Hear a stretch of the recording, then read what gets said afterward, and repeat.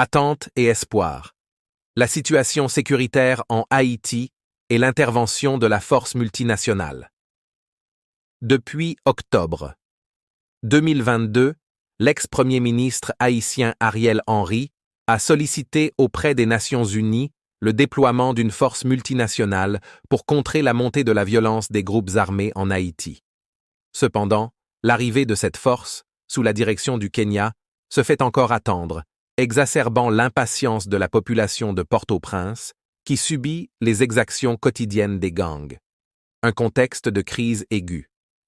Les dernières semaines ont été marquées par l'arrivée progressive de soldats américains en Haïti, dans un contexte où tous les vols vers Port-au-Prince ont été annulés depuis mars, en raison des tirs incessants près de l'aéroport international Toussaint-Louverture.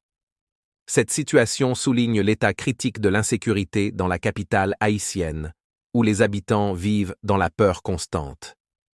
Analyse et opinions diverses, l'insécurité en Haïti est fondamentalement un problème politique. Il est convaincu que l'arrivée de la force multinationale pourrait inverser la dynamique de la peur, provoquant une panique parmi les groupes armés. Sius estime que cette intervention pourrait réactiver le mouvement Bois Calais, un soulèvement populaire contre la violence. En revanche, il exprime également une certaine résignation, voyant dans cette situation l'échec de l'État haïtien à prendre des décisions efficaces pour gérer les conflits et assurer la sécurité. De son côté, Evans Cyril, militant politique, considère que la force multinationale pourrait offrir un répit à une population délaissée par ses autorités. Il critique sévèrement l'inaction des dirigeants haïtiens face à l'expansion des groupes armés et appelle à une feuille de route claire pour garantir le succès de cette intervention. Lueur d'espoir ou désillusion répétée. Pour beaucoup, l'arrivée de la force multinationale représente un espoir. Les Haïtiens, fatigués et désespérés, voient en cette intervention étrangère une possible sortie de crise. Le professeur Auguste de Meza remarque que la population est prête à accueillir cette force à bras ouverts, en quête de paix et de sécurité. Il regrette cependant que ceux qui se revendiquent nationalistes n'aient rien fait pour empêcher la dégradation de la situation. Un historique de déception. Toutefois, l'histoire des interventions étrangères en Haïti est loin d'être encourageante. Depuis 1994, plusieurs forces étrangères ont tenté, sans succès, de stabiliser le pays.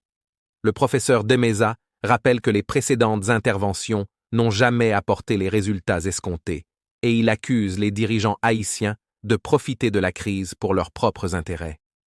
Vers une nouvelle tentative de stabilisation, alors que les soldats kenyans se préparent à intervenir, l'incertitude politique demeure, avec un conseil présidentiel de transition récemment installé, mais sans premier ministre ni gouvernement formé. La réussite de cette nouvelle force multinationale dépendra en grande partie de la volonté politique des autorités haïtiennes et de la coopération avec les acteurs internationaux pour restaurer durablement la sécurité et la stabilité en Haïti. L'espoir renaît malgré tout chez les habitants de Port-au-Prince qui attendent avec impatience une intervention salvatrice.